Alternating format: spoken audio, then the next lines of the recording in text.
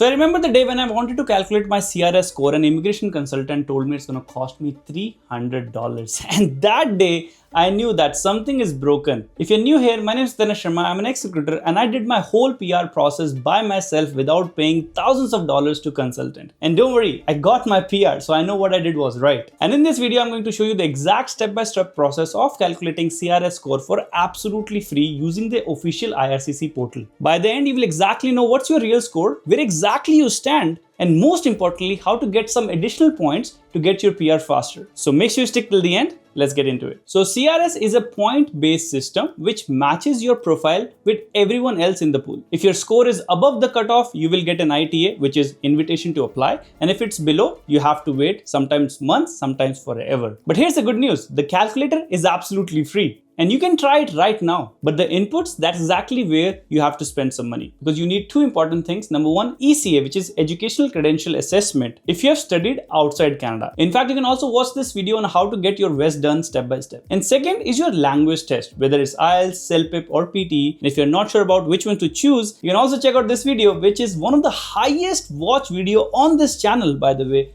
100k plus views. Hey, we are working hard here, yeah. And without these two, your score is just a guess. So make sure you have them handy. And here's the fun part. Let's calculate your CRS score step by step. Number one is your marital status. If you're single or married, you have to choose and put it there. If you're married or in a common law partnership, your spouse profile matters. Their language test, education level can add up to 40 points. But here's the catch. If their score is low, it can also affect you. So always check your score by both adding it and without adding it. Second is your age. The maximum CRS point will be awarded to people between 20 to 29 age group. And after 29, you lose 5 points every single year. And by the time you're 45, you get absolutely 0 points, which is interesting. You know, someone who have seen the world, who have more experience, who can add more value to the economy of Canada is not given any importance. You know, something to think about. So if you're nearing 30, make sure to speed up your process, get your file in. But what do you think about the age thing? Let me know in the comments. Next up is your education, Canadian education or an education certificate if you have done it outside Canada. Pro tip, if you have a 3 years of bachelor's degree from back home and 1 year of postgraduate diploma here, then select 2 or more certificate because you get more points. If you have a master's degrees, that's even better because you will get the highest score among this category. Next comes our language score, which is a make or break for majority of people. And this is the most powerful factor in your whole CRS calculation process. Your IELTS, CELPIP score translate into CLB. CLB 9 and above gets the maximum points, which in IELTS is 8 in listening and 7 in rest. And for CELPIP, it's everything above 9 out of 12. Now, I myself have given both the exam, IELTS and CELPIP, and found that CELPIP is much easier, faster and better. But when I was preparing for the CELPIP exam, I was not able to find enough free material. So what we did at MPM, we hired a professional, built a whole CELPIP material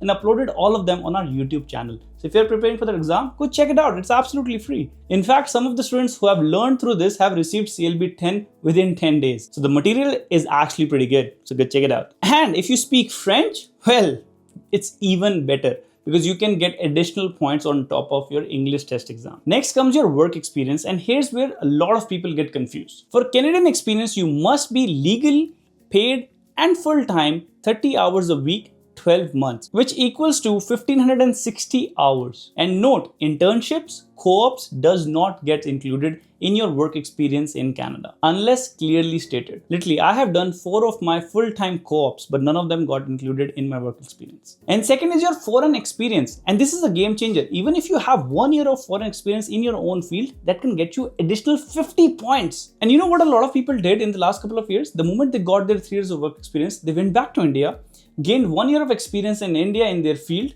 came back to Canada because they had their work permit, and then started working here for the next 2 years. Now, they got 30 points from working here in Canada from 2 years, but 50 points from working 1 year back in India. You know, people are very creative and some people have actually hacked it. But always match your job role with the correct knock code. But now let's talk about some common mistakes that can hurt your score. Mistake number 1, saying yes to job offer question in the CRS calculator. Even if you have a job offer, the answer still says no. And a lot of people mistakenly add yes in here. But hey, anyways, LMI points are already being taken off, but still adding wrong information can disqualify you. Mistake number 2, certificate of qualification confusion. This doesn't mean your college diploma. It's a regulatory trade certificate, like plumbing or electrician, certified by Canadian province. If that's not you, it's a no, so don't get confused. Mistake number 3, sibling in Canada. Yes, you can get 15 additional points if they are 18 plus, is a PR or citizen,